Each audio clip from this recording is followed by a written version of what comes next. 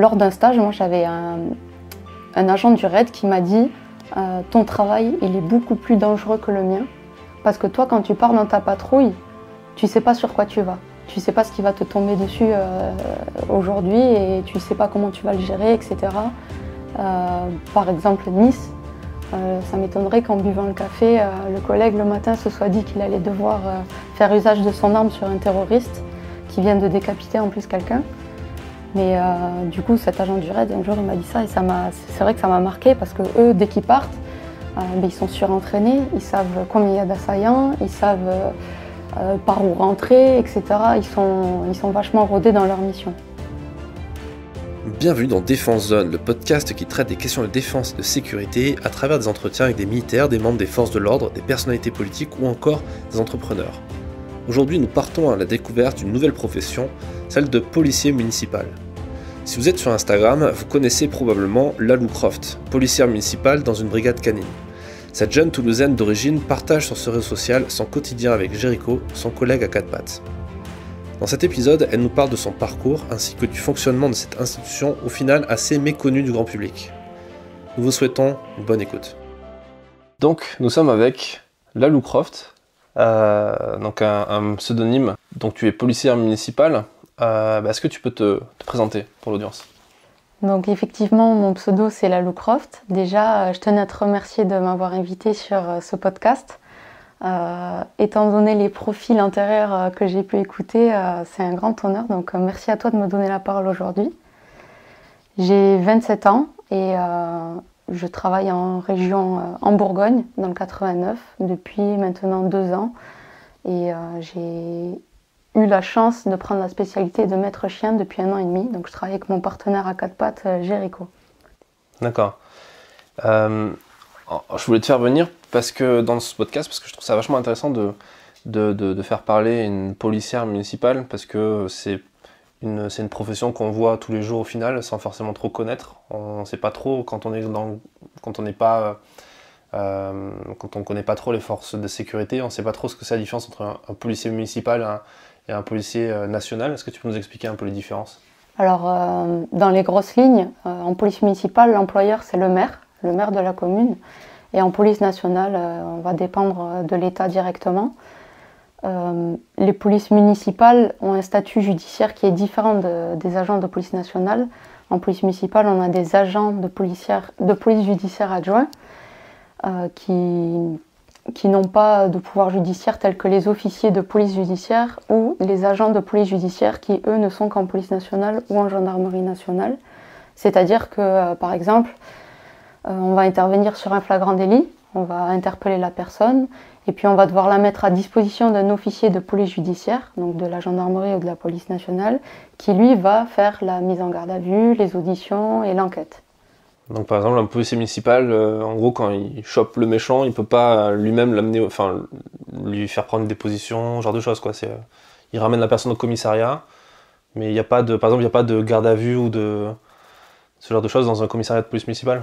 Non, dans le poste de police municipale, d'ailleurs, on n'appelle pas ça des commissariats, on appelle ça des postes. On n'a pas de geôle et on ne fait pas les gardes à vue. C'est pour ça que dès qu'on est sur un crime ou flagrant délit, on doit directement aviser l'officier de police judiciaire parce que c'est de lui qu'on dépend judiciairement. D'accord. Et après, sur le terrain, vous avez donc l'uniforme, l'armement qui est un peu similaire à la police nationale. C'est quoi les différences à ce niveau-là pour entrer peut-être un peu plus dans la technique ? Est-ce qu'il y a des choses que vous pouvez pas faire au niveau de l'arme à feu ou l'interpellation par exemple ? Alors en police municipale, on n'a pas les mêmes dotations d'armement que la police nationale. En police municipale, on a le droit à notre 9 mm, donc l'arme de poing, ou le revolver pour certaines communes qui sont encore à l'ancienne. On a le droit au pistolet à impulsion électrique, au lanceur de balles de défense, donc le flashball, et la gaz lacrymogène, le bâton de défense ou le tonfa. C'est tout l'armement auquel on va avoir droit, avec bien sûr les chiens, l'auxiliaire canin. Et en police nationale, par contre, eux, ils sont sur des fusils d'épaule, etc. Ils sont beaucoup plus équipés en termes d'armement. Après, en termes d'usage, on est sur les mêmes textes, à savoir le plus gros, le 122.5 du code pénal, qui encadre la légitime défense. Donc la légitime défense, on en parle souvent, mais on n'explique pas souvent ce que c'est. Ça va être par exemple sur une situation où il y a une menace ou une atteinte envers un agent qui est réelle, actuelle et injuste. Le policier va pouvoir répondre de manière nécessaire, proportionnelle à l'attaque, immédiate et justifiée. Donc voilà, intentionnelle. La légitime défense est toujours intentionnelle en fait. Donc non, sur ça, on est sur les mêmes textes qu'eux et c'est juste les armes qui diffèrent. On va intervenir sur des situations similaires parce qu'en police municipale, en fonction de la commune dans laquelle on travaille, c'est ça qui est fou dans cette institution, c'est qu'il y a des communes où on peut aller jusqu'à livrer des plateaux repas à des personnes âgées et il y a des communes où on va faire des violences urbaines toute la journée. Ça diffère vraiment. Donc déjà, à partir de là, quand le jeune passe son concours, il peut décider de qu'est-ce qu'il veut faire et où est-ce qu'il veut exercer. C'est-à-dire qu'il a envie de beaucoup d'actions, il peut muter sur la commune de Lyon, qui est une très grosse police municipale en France, où il va avoir de l'action, etc. Il peut se spécialiser parce qu'il y a des brigades motorisées, il y a des brigades canines, il y a des brigades VTT. Et le jour où il a envie de un peu moins s'aller au charbon, comme on dit chez nous, il va muter dans une commune qui est un peu plus à la campagne, un peu plus tranquille. Oui, par exemple, avec les derniers attentats qu'il y a eu à Nice, où c'est la police municipale qui est intervenue pour neutraliser les mecs sur place. C'était des anciens militaires en plus, donc c'était plus efficace peut-être. On voit qu'ils sont directement au contact. Oui, on va dire qu'ils avaient les bons pax dans l'équipe ce jour-là. Mais en fait, lors d'un stage, moi j'avais un agent du RAID qui m'a dit ton travail, il est beaucoup plus dangereux que le mien. Parce que toi, quand tu pars dans ta patrouille, tu sais pas sur quoi tu vas. Tu sais pas ce qui va te tomber dessus aujourd'hui et tu sais pas comment tu vas le gérer, etc. Par exemple, Nice, ça m'étonnerait qu'en buvant le café, le collègue le matin se soit dit qu'il allait devoir faire usage de son arme sur un terroriste qui vient de décapiter en plus quelqu'un. Mais du coup, cet agent du RAID, un jour, il m'a dit ça et c'est vrai que ça m'a marqué parce que eux, dès qu'ils partent, ils sont surentraînés, ils savent combien il y a d'assaillants, ils savent par où rentrer, etc. Ils sont vachement rodés dans leur mission. Dans la police municipale, c'est quoi vos entraînements? Comment ça se passe concrètement? Est-ce que tu es obligé de faire, comme dans certains services, tu es obligé de faire un peu de trucs à côté, c'est-à-dire sur ton temps libre, t'entraîner, faire du sport, du tir, etc. Ou il y a quand même un bon quotidien? Alors déjà, il faut savoir qu'en police municipale, en fonction des communes et des maires, c'est les maires qui ont le pouvoir de décider des moyens qu'ils octroient à leur police municipale, en termes de financiers, en termes de matériel et en termes d'humains, d'effectifs. Dans la commune où je suis, et j'en remercie beaucoup Madame Faure pour ça, on est très très bien équipés, on a des bons véhicules, on a tout l'armement dont on peut disposer en police municipale. Il y a des polices municipales dont le maire refuse d'équiper les agents, qui sont toujours pas armés. Je trouve ça assez dangereux et dramatique. Et on a les chiens, on a une brigade motorisée qui a vu le jour il y a un mois. Voilà, on a tout ce qu'on veut, on est vraiment très très bien et c'est pour ça aussi que derrière on fait du bon travail en brigade. Moi j'appartiens à la brigade de soirée et en l'occurrence, donc on est très contents. Oui, c'est vrai qu'il y a des polices municipales qui ne sont pas armées. Ça fait polémique, surtout à Béziers quand la police a été armée. Et on ne se rend pas trop compte qu'il y a beaucoup de différences effectivement entre les... Ouais, tu as une grosse police municipale à Lille qui est toujours pas armée. Ils ont une brigade canine, mais voilà, après, face à une arme de poing ou une arme blanche, c'est compliqué d'arriver sans arme. Je trouve que forcément, ils mettent en place un peu plus peut-être d'entraînement de sport de contact, etc. Donc ce que tu me demandais tout à l'heure, on appelle ça les GTPI, les gestes techniques d'intervention professionnelle. Donc on fait des séances de GTPI. Nous, on essaye de mettre ça en place 2 fois par mois sur ma commune. Et là, on va voir tout ce qui est technique de menottage, les sorties de véhicules, les interceptions de véhicules, où se placer avec un chien, comment on fait quand le chien impacte un individu, pardon. Et c'est pas un lapsus révélateur. Et donc voilà, on met ça en place. On met aussi en place 2 séances de sport par mois, où là, on va être sur des On ne veut pas que les agents deviennent des boxeurs professionnels, mais on veut quand même qu'ils apprennent à esquiver un crochet ou un uppercut, ou voilà, qu'ils apprennent à se protéger la tête, etc. 2 par mois, c'est pas beaucoup. C'est pas beaucoup, mais au final, ça fait un entraînement soit de GTPI, soit de sport par semaine. Donc c'est déjà pas mal, parce qu'il y a des communes qui ne font rien.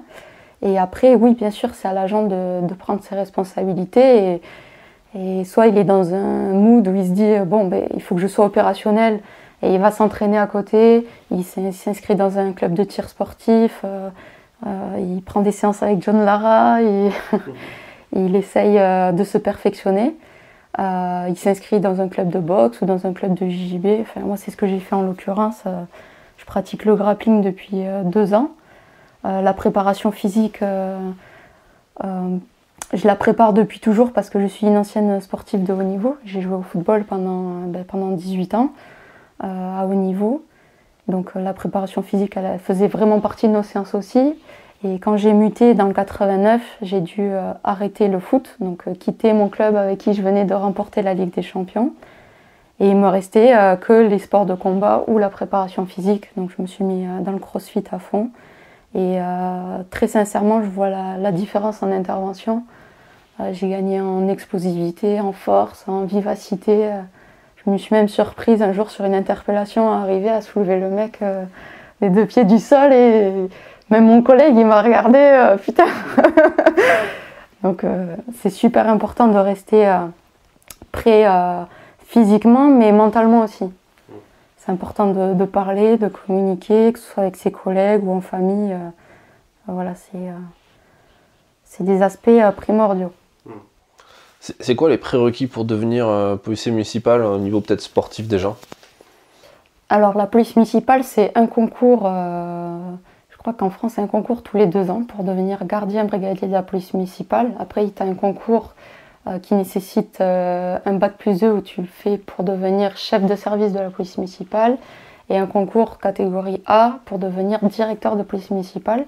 En ce qui concerne le concours catégorie C, donc gardien brigadier, tu as un écrit divisé en 2 parties. Donc la première partie, ça va être un texte avec des questions dessous, des questions de compréhension de texte, de reformulation, etc.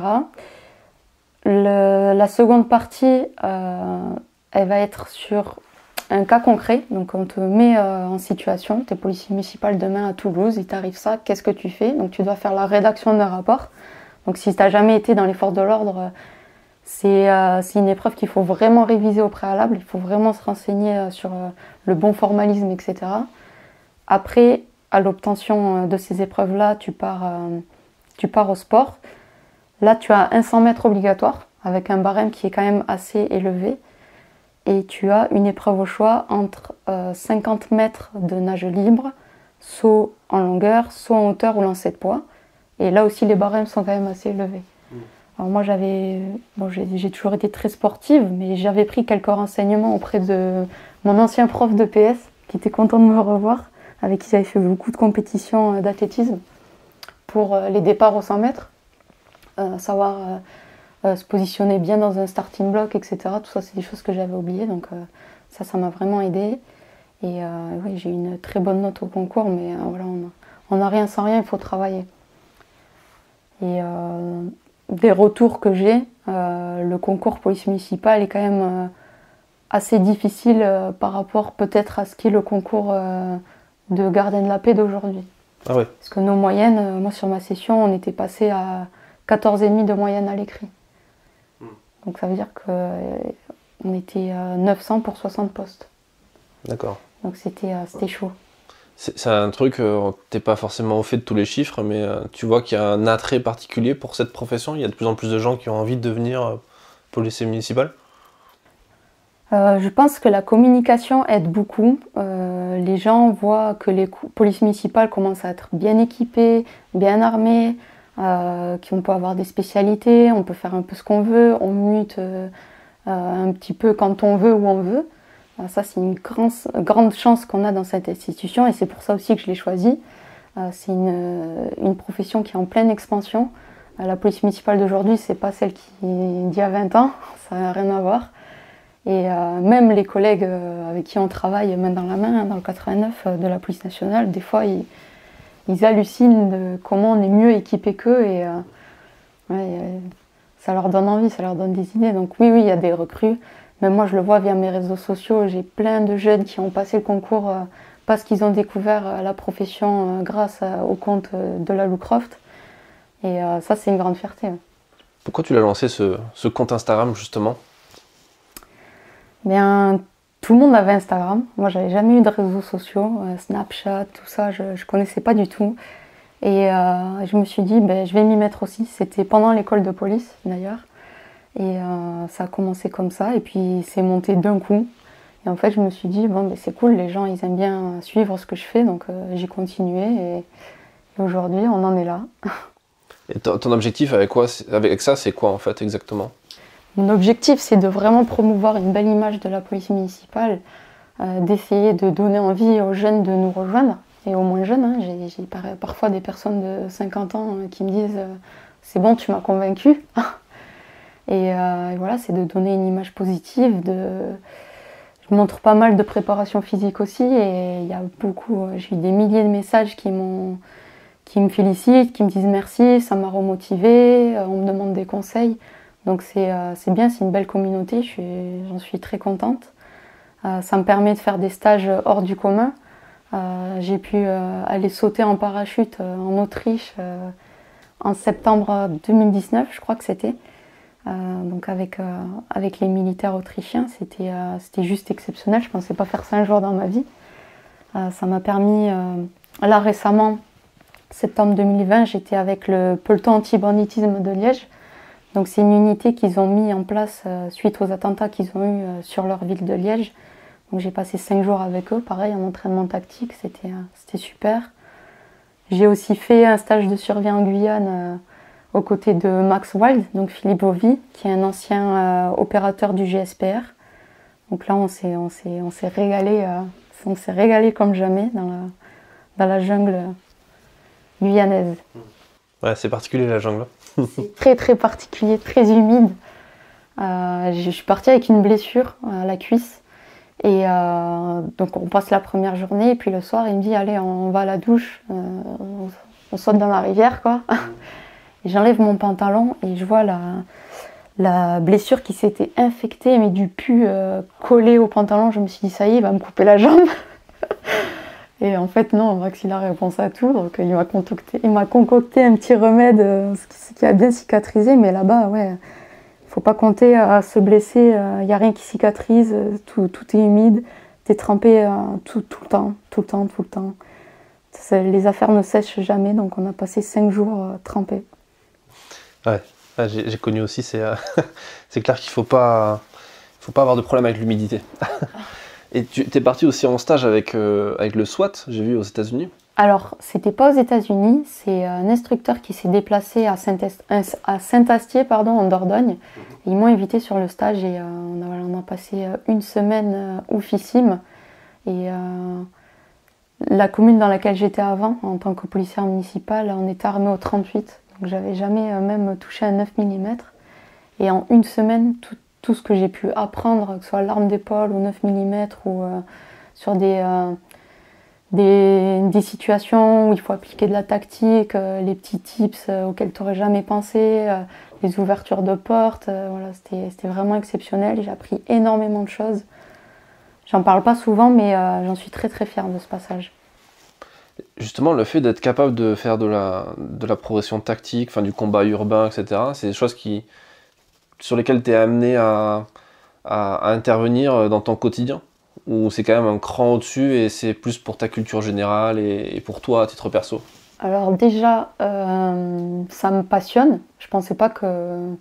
Avant de rentrer en police, je pensais pas que j'aurais autant de facilité à passer mon école, à passer la formation de tir. Voilà, je pensais pas. Je savais que ça me plairait, mais je pensais pas que ça me plairait autant et que je développerais autant de compétences professionnelles. Et donc, tu vois, tu parlais tout à l'heure des collègues à Nice, de la police municipale. Je pense qu'ils ont mis en place des tactiques, effectivement, qu'ils ont peut-être appris dans leur carrière d'avant. Et c'est important, ça peut nous tomber dessus tous les jours. Et puis c'est des petits conseils comme ça dans des stages assez prestigieux qui vont te faire aller sur des conflits conjugaux, des différends familiales un peu de manière plus sécure. Voilà, si tu vois le collègue qui fait une boulette comme on dit chez nous, qui se positionne pas, tu le reprends de suite, tu te sens plus aguerri en fait pour aller sur tes interventions au quotidien. Après c'est vrai qu'on fait pas des sorties d'armes tous les jours, on fait pas des usages d'armes tous les jours bien heureusement, mais ouais, la tactique ça reste quand même assez important pour travailler en sécurité. Quand on voit il n'y a pas d'augmentation réelle d'attentats, mais du moins c'est très médiatisé, mais il y a quand même beaucoup d'attentats et beaucoup de risques dans ton métier. Est-ce qu'il y a une volonté d'en haut, on va dire de ta hiérarchie, de vous former mieux justement à ça, peut-être à ces éventualités un peu extrêmes pour vous? Alors là, ça va dépendre des communes et des maires. Tu as des maires qui s'en fichent, qui laissent leurs agents sans plus de formation, qui les équipent pas, qui les arment pas. Et qui se disent que c'est la police nationale qui fera le boulot. Oui, voilà, exactement. Ils disent que les services spécialisés prendront le relais. Mais en fait, c'est comme les parents qui sont... Je vois passer des fois des messages sur Facebook dans les groupes entre parents, tu sais que tu suis puisque c'est ta commune, donc tu ziotes un petit peu ce qui se passe. Et il y en a qui disent ouais, les policiers municipaux, comment ils sont équipés devant l'école, ils font peur aux enfants, ils sont complètement malades. En réalité, le policier municipal, il a son gilet pare-balles et il a son arme de service. On n'arrive pas avec le flashball devant l'école pour faire la sortie scolaire. Et un jour, j'ai pas pu m'empêcher, je le fais jamais. Et j'ai dit à cette maman qui était outrée et effarée de voir des policiers municipaux armés devant l'école de son fils, que le jour où il y a quelqu'un, et je lui souhaite pas, qui arrive avec une hache ou avec un fusil pour venir en découdre avec ne serait-ce qu'un parent ou un professeur, j'espère que ce jour-là, le policier municipal qui sera devant cette école-là sera armé, parce qu'il pourra lui jeter son sifflet, je pense pas que ça suffira pour arrêter cet individu. Donc certains maires effectivement essayent de mettre en place des formations un peu plus spécifiques. Nous, on fait quelque chose qui est super intéressant, toutes les mairies ne le font pas. On fait des mises en situation réelles, c'est-à-dire qu'on met tous nos armes hors service, mais on les garde sur nous, mais elles ne sont pas chargées. Et on part sur des cas de figure, par exemple, il y a un assaillant dans la mairie, il y a un assaillant dans la rue piétonne, il y a quelque chose dans la cathédrale, il faut aller voir comment on intervient. Donc c'est encadré par des moniteurs tir, forcément, hein. C'est encadré par la hiérarchie. Et après, c'est hyper intéressant parce qu'on voit comment on réagit dans ces moments-là. On fait l'usage du chien, il y a un mec qui a le costume en face, un homme d'attaque, donc tout le monde travaille et c'est super intéressant. On voit aussi la réaction des gens et on voit aussi les erreurs qu'on fait et qu'on ne devrait pas, donc à chaque fois on essaye de s'améliorer, quoi. Parlons un peu du chien justement, parce que est-ce qu'au niveau de la brigade cynophile, je ne sais pas si c'est une brigade, on parle d'une brigade? Oui. Ouais. Oui.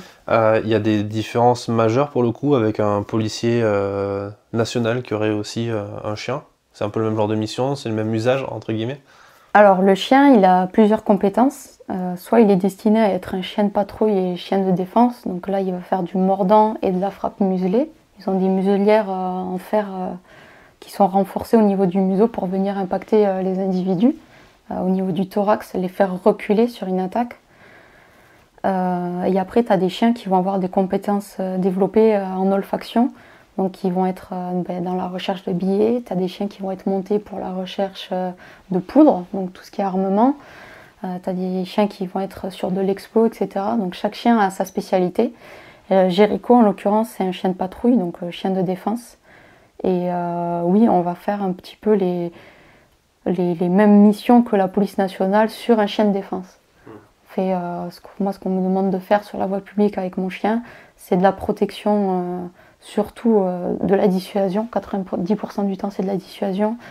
Et de la protection au niveau des interventions de mes collègues. Donc, si c'est dans un quartier, faire un périmètre de sécurité avec mon chien pour éviter qu'un individu s'introduise dans l'intervention, dans le dispositif police. Et après, de la frappe muselée, faire reculer des individus. Voilà, c'est ce qu'on va me demander la plupart du temps avec mon chien.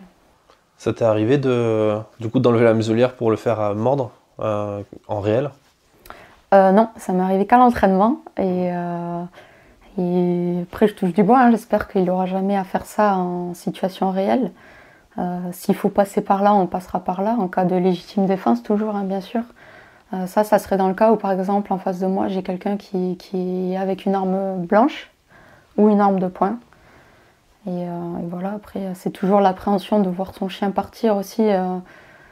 On dit chez nous qu'un chien lâché, quand on ne tient plus en laisse, c'est un chien mort.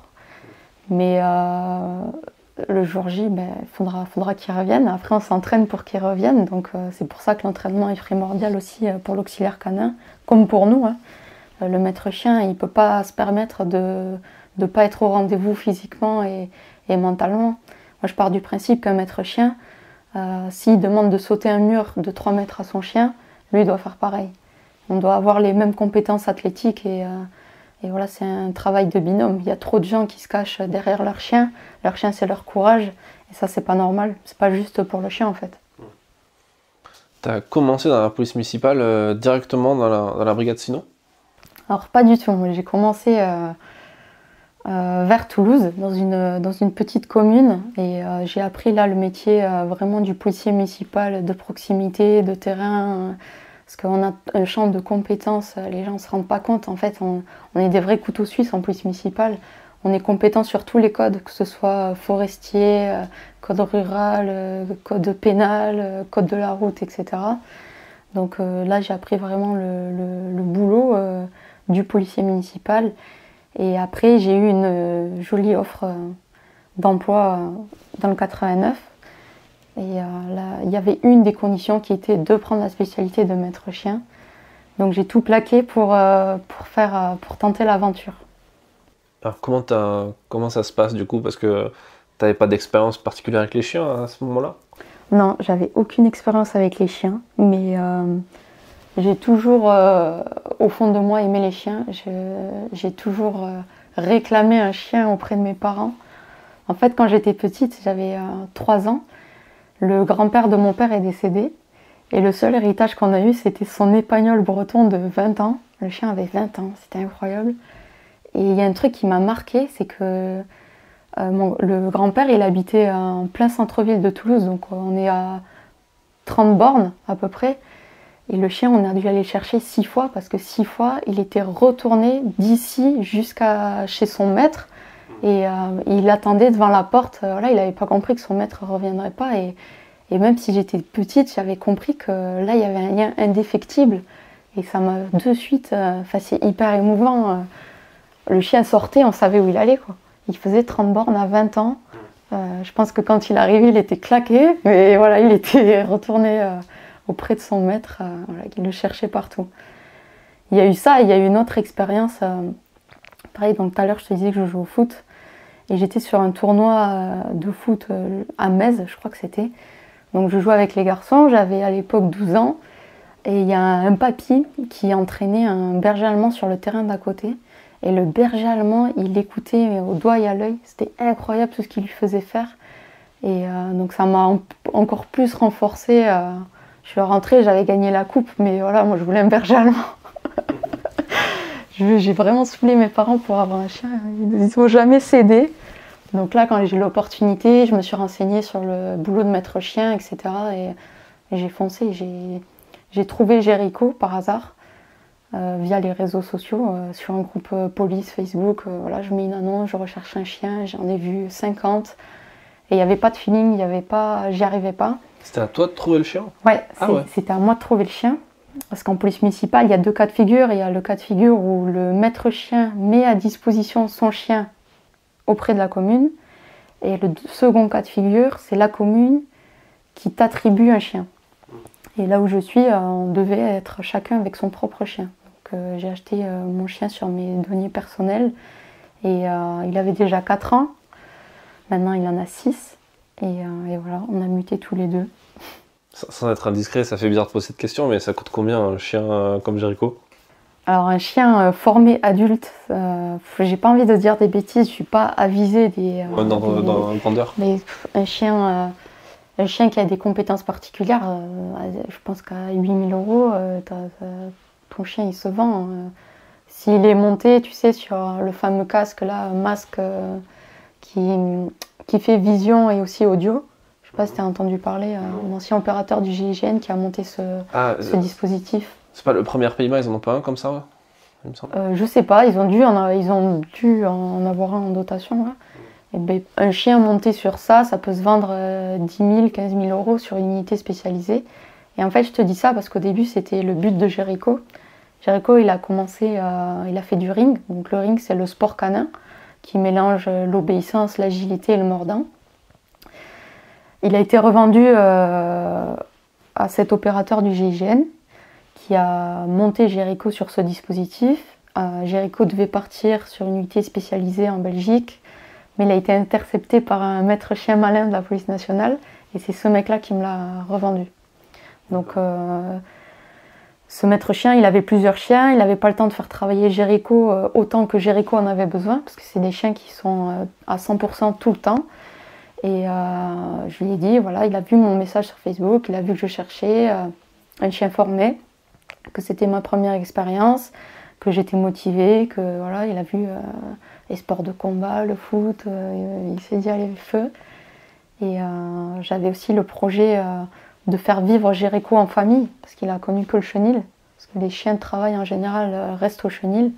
Et du coup, il me l'a vendu pour une bouchée de pain, parce qu'à l'époque, j'avais pas trop de moyens. Il a été hyper compréhensif et je pense qu'aujourd'hui, il ne regrette pas de voir Jericho en story, tout content de vivre en famille. Ouais, parce qu'il vit H24 avec toi en fait. Voilà, Jericho, les gens me disent c'est ton meilleur ami. Je comparais ça plutôt à un couple, tu vois. Il y a des fois où on se fait la gueule, il y a des fois où on rigole ensemble, il y a des fois où c'est vraiment un coloc, c'est du H24. Je me lève, il est là, je me couche, il est là. C'est très très fusionnel. Ouais. J'avais discuté avec un gendarme du PGHM qui avait aussi un chien et il me disait que c'était un peu soit tu considères ton chien comme ton meilleur pote ou comme ton coloc et tu vis avec lui, soit tu mets direct une barrière, ouais. Il dort dehors et puis tu le vois pas. Quand la journée de boulot est terminée, tu le vois plus. Mais après, il faut savoir faire la part des choses et moi, Jericho, dans ma tête, au fond de moi, je sais que c'est mon outil de travail. Mais le facteur humain, de sa part comme de la mienne, fait que je prends soin de lui, je l'entraîne. Mais je sais au fond de moi que voilà, c'est mon outil, que le jour J, on s'entraîne pour que tout se passe bien. Le jour J, si ça doit se passer mal, et ben, malheureusement, ça se passera mal. Je ne le souhaite pas, mais il faut vivre l'aventure à 100%. Mais il faut garder ses distances émotionnelles, je pense. Je ne sais pas trop comment expliquer. Je ne veux pas passer pour une tyran, mais voilà, moi j'ai fait le choix de le mettre avec moi dans la maison. Il y a des règles dans la maison. Il dort dans sa cage. Après le travail sur le chemin du retour, je débriefe. Je sais qu'il ne m'écoute pas, mais je débriefe. Non, on fait notre vie tranquille. Hein. D'accord. Et justement, t'en as fait même un personnage sur Instagram, un peu comme toi, au final. Vous êtes le couple aussi sur Instagram. Les gens réclament Jericho tout le temps. Je reçois des messages tous les jours. Mais comment il va Mais si seulement ils savaient que c'est un animal dangereux. Tu te demanderais peut-être de l'argent, en fait, du coup.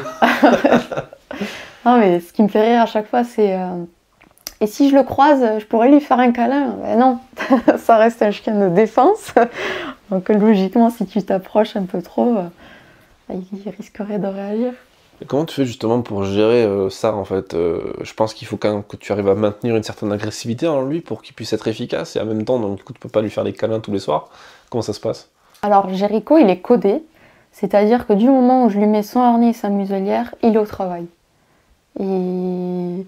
Tu vois l'exemple, pas plus tard qu'il y a 2 jours, Jericho, il est on va dire en civil, donc il n'est pas équipé. Je viens d'arriver au service, il joue avec un collègue de travail, je l'équipe, je le mets dans la cage, le collègue de travail est toujours là. Il a aboyé de toutes ses forces. Il s'est mis au travail et j'ai cette chance-là. Et le Malinois, faut pas les prendre pour des cons.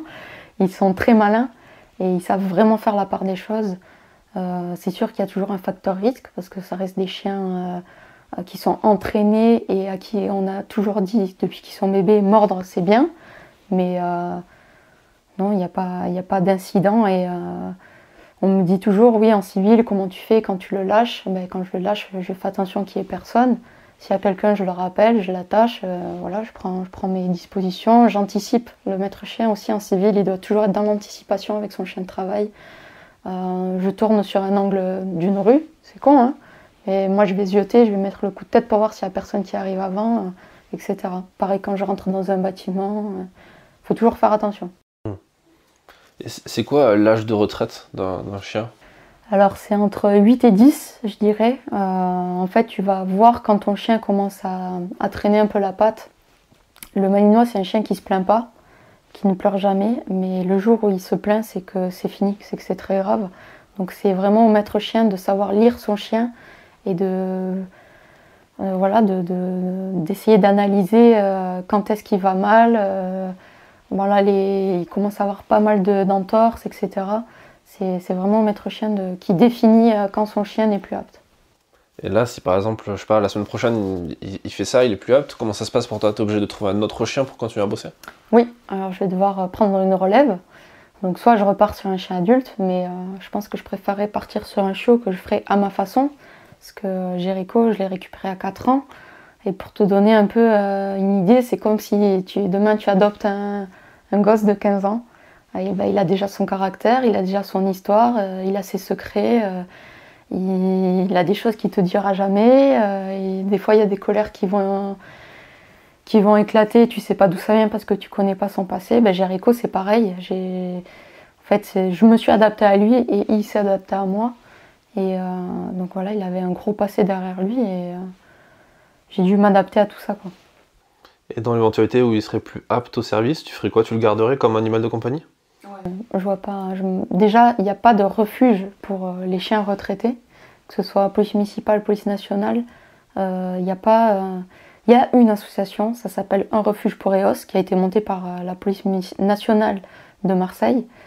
Et je sais qu'ils ont peut-être, je ne veux pas dire de bêtises, mais une dizaine de chiens. Je leur ai rendu visite l'été dernier. C'est des chiens retraités qui ne peuvent pas être placés. Et si ton chien ne peut pas être replacé, en général il est euthanasié, quoi, puisqu'il n'y a pas de refuge. Donc oui, Jericho il va rester avec moi jusqu'à la fin, j'espère. Et voilà, on fera en sorte qu'il ait une belle retraite. Tu veux dire qu'il n'y a pas de refuge adapté ou qu'ils n'ont pas leur place dans les refuges normaux? Pour placer un chien de travail dans un refuge normal, je ne suis pas sûre que le refuge l'accepte, parce que les refuges sont assez pleins. Et on va partir sur des chiens qu'on peut replacer en général. On essaye toujours de replacer les chiens, mais il n'y a pas forcément de solution. Des fois, c'est compliqué, hein. Le chien, ça a été un chien de défense toute sa vie. Il a fait 10 ans de mordant, de frappe muselée, d'intervention. Donc on les déconditionne. On leur apprend à vivre en communauté, à se faire caresser, etc. Et le problème, c'est que la famille qui va venir pour adopter ce chien-là, il faut qu'il soit un minimum avisé des malinois. C'est quand même une race de caractère, une race d'utilité très particulière. Donc ouais, on fait attention. Il y en a qui sont incompatibles avec les enfants, incompatibles avec les chats, etc. À chaque fois, c'est des critères assez spécifiques, quoi. Mais tu vois, là, je suis en train de bosser sur une association. On m'a proposé de devenir la marraine de soutien force de l'ordre. Donc tu vois un peu soutien commando. Le concept, c'est d'envoyer des colis aux unités qui sont en OPEX, etc. Que les civils puissent les remercier, nanana. Et bien là, il y a soutien force de l'ordre qui s'est mis en place, qui est en train de se monter. On travaille dessus depuis quelques mois. Et c'est pareil, ça va être les civils qui vont vouloir envoyer, je sais pas, moi, ton fils, il est fan du raid. Ben là, il a l'opportunité de discuter avec un opérateur par un courrier épistolaire. Et du coup, je trouve sympa. Et je leur ai proposé, à Soutien Force de l'Ordre, de faire Soutien Canine et de créer un réel réseau pour pouvoir justement replacer les chiens qui ont besoin d'être replacés. Donc aider à favoriser, je sais pas moi, t'as la police nationale de Montbéliard, et en fait t'as une famille toulousaine qui serait prête à adopter ce chien-là. Ben, nous, on serait la plateforme qui aiderait les deux à communiquer, en fait. Ouais, c'est une bonne idée.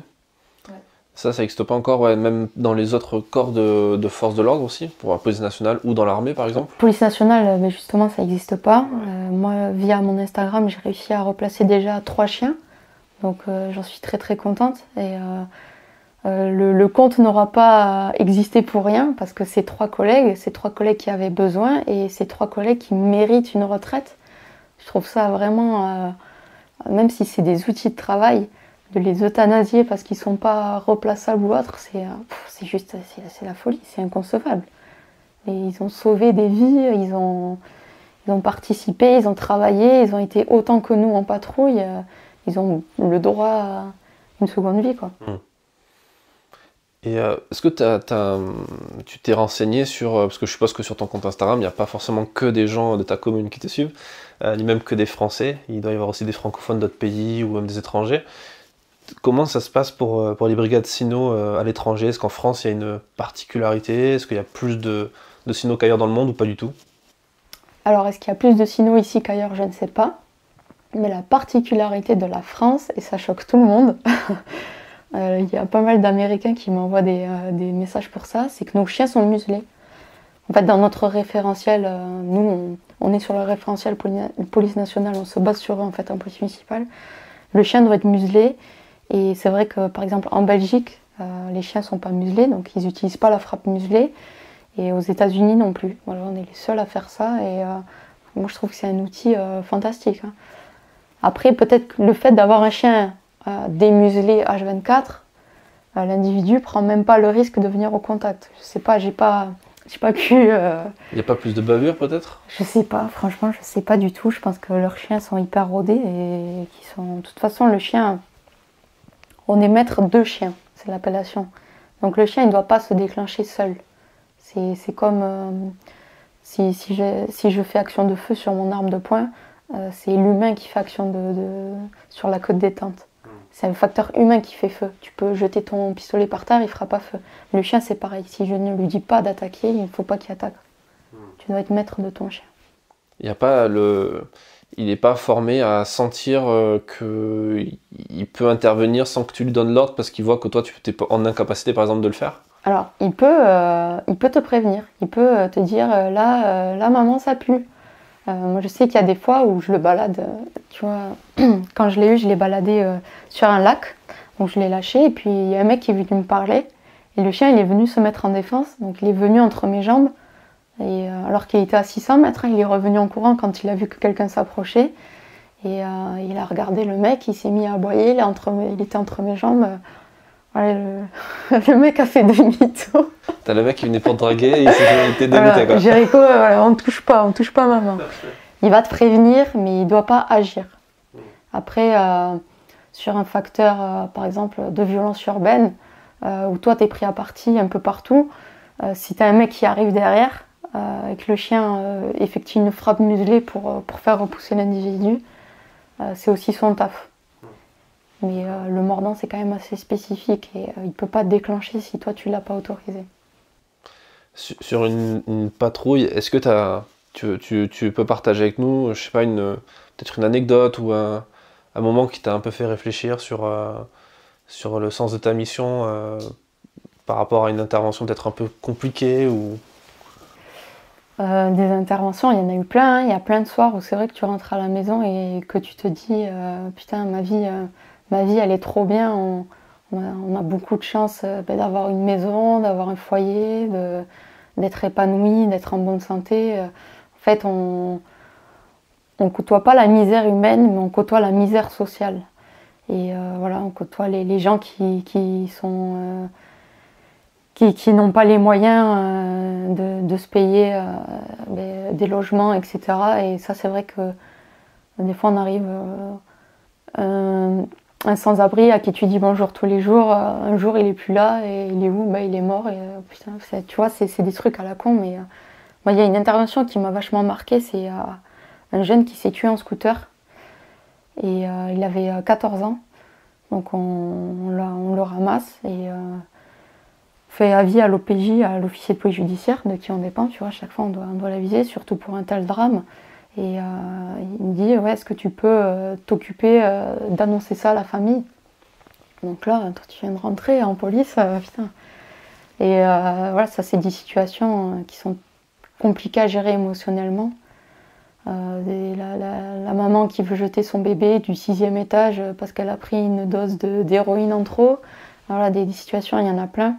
Mais il faut relativiser. Je pense que le plus dur dans ce métier, enfin pour ma part, en police secours, c'est d'arriver après en fait. On arrive toujours enfin pas toujours, bien heureusement, voilà, mais c'est d'arriver après l'agression, c'est d'arriver après le viol, c'est d'arriver après le vol, c'est d'arriver trop tard en fait. Ça c'est hyper frustrant.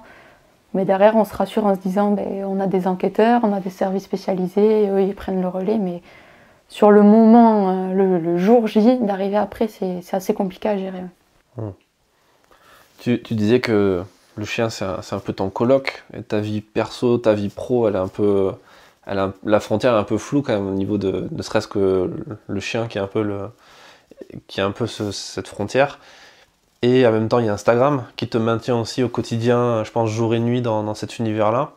Tu as une vie de couple aussi, tu le mets un peu sur Instagram aussi. Comment tu arrives à gérer ça, en fait, la vie pro, la vie perso? Alors, déjà, j'ai énormément de chance parce que mon fiancé Benoît, c'est un ancien opérateur des forces spéciales du 1er PIMA. Donc, c'est-à-dire que ben, déjà, il est calé en armement, etc. Donc, il m'entraîne sur ce point-là. Il comprend mes difficultés de porter un uniforme.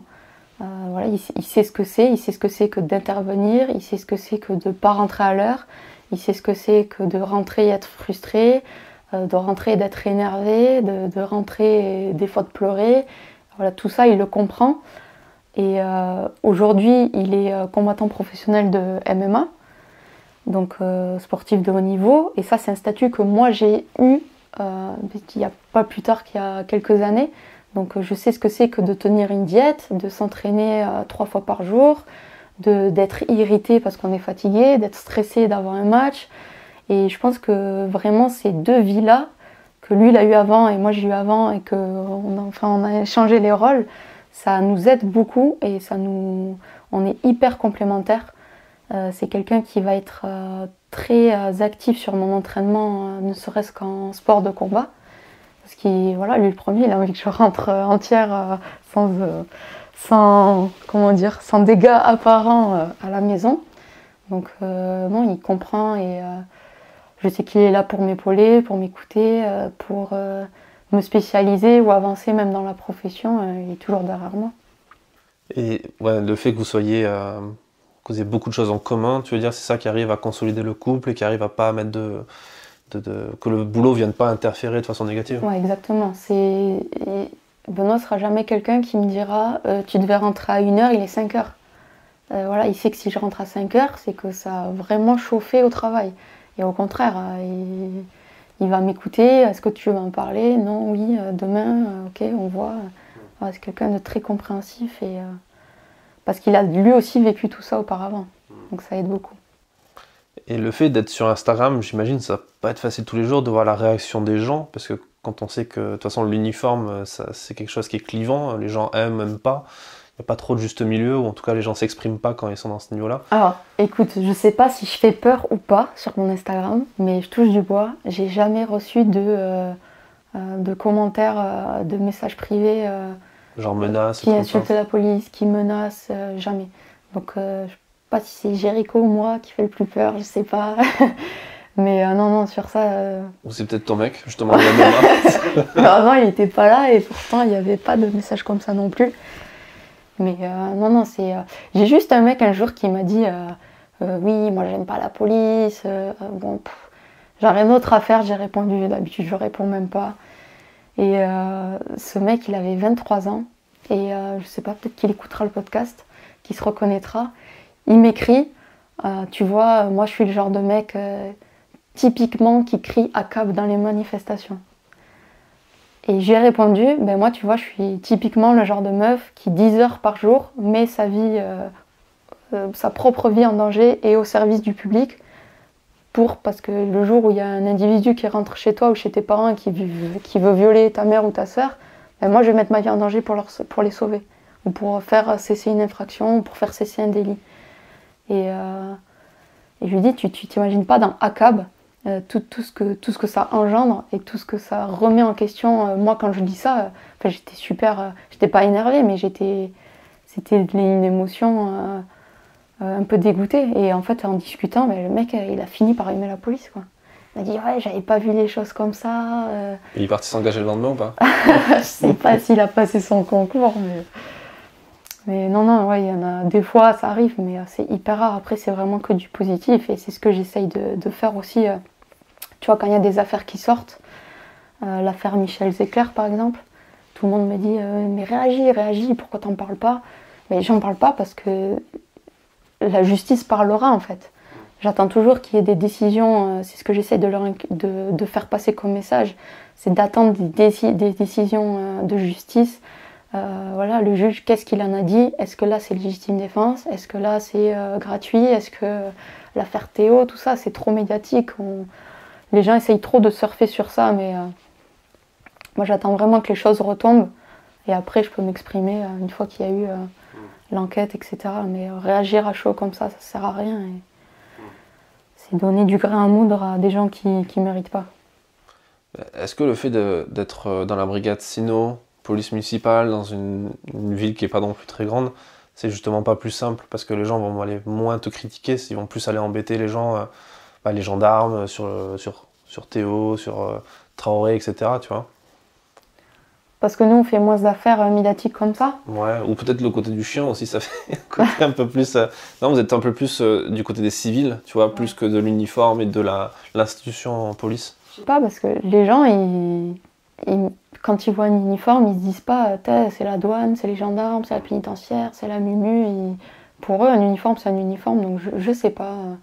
Après, je pense que tu vois, du fait de pas réagir sur des affaires comme ça, de pas se plaindre en story, toujours mettre du positif, même des fois ça va pas, hein, on fait croire que ça va, mais ça va pas, et de pas justement emmener les gens, les tirer vers le bas et essayer de les tirer vers le haut, du coup, tu récoltes ce que tu sèmes. Enfin, moi, ce que j'essaye de véhiculer, vraiment, c'est du positif. Je dis pas aux gens ce qu'ils ont envie d'entendre, ça serait trop facile. J'essaye de leur faire comprendre que la clé, elle est au fond d'eux, et que s'ils pensent positif, ça va attirer du positif. Et chaque expérience néfaste, tu peux en tirer du positif. Même si c'est compliqué, tu peux... C'est ce que j'essaye de véhiculer. Est-ce que c'est un métier facile pour une femme? La fameuse question, et les femmes dans la police? Oui, j'ai attendu la fin pour te la poser. J'ai lu un article l'autre jour, il disait en police nationale qu'il y avait, je crois, 27% de femmes. C'est pas énorme, mais c'est bien. C'est plus que l'armée, c'est 10%. Ouais. Donc c'est pas mal. C'est encore plus différent, l'armée, c'est un autre... Est-ce que c'est difficile? Tu sais, moi j'ai commencé le football, depuis que je suis née, je voulais faire du foot. Mes parents, ils m'ont fait tous les sports possibles pour pas que j'en fasse. Ils avaient trop peur, tu vois. Les vieux, a priori, c'était compliqué pour une fille de faire du football il y a 20 ans. Donc j'ai tout fait, mais j'ai pas lâché. Et c'est l'entraîneur qui est venu me chercher à la maison, qui a dit non mais maintenant il faut l'inscrire. Je l'ai vu jouer, il faut qu'elle s'entraîne. Donc à 8 ans, j'ai atterri dans une équipe, même dans un club où c'était 100% masculin. Et en fait, toute ma vie, je suis restée dans cet univers-là. Je suis partie chez les filles à 14 ans, donc j'ai attendu le maximum pour partir. J'avais pas envie de les quitter. Et en fait, je pense que d'avoir été dans ce milieu-là toute petite, et puis l'adolescence et tout, j'ai jamais eu de difficulté à m'intégrer. Tu vois, par exemple, au SWAT, j'étais la seule femme. J'étais la seule femme dans tous mes stages, en fait. C'était très très rare qu'il y ait une autre fille. Et j'ai jamais eu de soucis d'intégration. Je pense que c'est l'allure, c'est ce que tu dégages, l'allure que tu dégages. Je sais pas comment expliquer ça, mais pour moi, je le dis souvent d'ailleurs sur mes réseaux, pourquoi on t'appelle T-Rex? Le T-Rex, c'est un peu unisexe aussi. C'est ni le mâle ni la femelle, c'est juste un T-Rex. Et quand je suis en uniforme, je suis pas une femme et je suis pas un homme, je suis un agent de police. Et bon, il y a certaines situations bien sûr où tu prends ton rôle de femme, quand tu arrives sur des agressions sexuelles et tout, des différends familiaux, tu vas vers les enfants, c'est naturel, etc. Donc là tu Et puis c'est pour ça que c'est important d'avoir des femmes aussi en police. Hein. Il y a plein de situations où elles sont extrêmement importantes. Mais sinon, dans d'autres cas, quand c'est de l'intervention pure et de l'interpellation, là, je suis ni une femme ni un homme, j'interpelle. Et d'ailleurs, j'oublie ça. Et il y a un mois, j'interviens sur un mec qui me fait des menaces de mort. Il me menace de me désarmer, de me tuer en moins de 2 secondes. Donc moi j'ai relaté dans mon rapport qu'il a fait la position debout couché en moins de 2 secondes pour faire cesser ses menaces. Et donc je le remets à l'officier de police judiciaire qui l'emmène à l'hôpital, etc. etc. Et apparemment l'hôpital il aurait pété un câble, il s'est levé d'un coup, il a dit et en plus c'est une gonzesse qui m'a mis à terre, mais putain je suis qu'une merde. Et moi si tu veux j'avais zappé, je zappe pas que je suis une fille, mais comme je suis un agent, je m'étais pas dit oh le pauvre, il s'est fait interpeller par une fille, il va mal le vivre, tu vois ce que je veux dire. Le pauvre. Et comment t'expliques le fait qu'il y ait peut-être peu de femmes qui ont envie de se lancer là-dedans? Tu vois, on a parlé dans un dernier podcast que tu avais écouté avec Nadège Duboc qui est CRS de montagne et qui disait, voilà, je crois que c'est la 2e ou la 3e femme qui va rentrer chez les CRS montagne. Alors là, il y a le côté montagne, peut-être qui effectivement peut rebuter un peu, le côté niveau physique, encore que, en fait, ça veut rien dire. Mais toi, qu'est-ce que tu as comme vision par rapport à ça? Je pense que la femme, elle doit faire ses preuves tant sur le plan physique que mental. Elle doit être compétente. En fait, on doit prouver 2 fois plus pour se faire accepter. Mais ça, comme je t'ai dit tout à l'heure, je le fais depuis petite, hein, donc je connais la chanson. Et c'est vrai que les stages où je vais, il n'y a pas de femmes. Et je pense que la plupart me le disent par message qu'elles ont peur en fait. Parce qu'elles savent qu'elles vont être regardées, elles savent qu'elles vont être jugées, elles savent qu'on les attend au tournant. Être une femme, c'est aussi accepter certains hommes misogynes. C'est-à-dire, tu es au stand de tir, tu fais ton tir et tu fais des bons tirs. Hein. Mais tu as toujours un lascar qui va venir. Ah, tu vois, ton arme, tu pourrais la tenir comme ça irait mieux.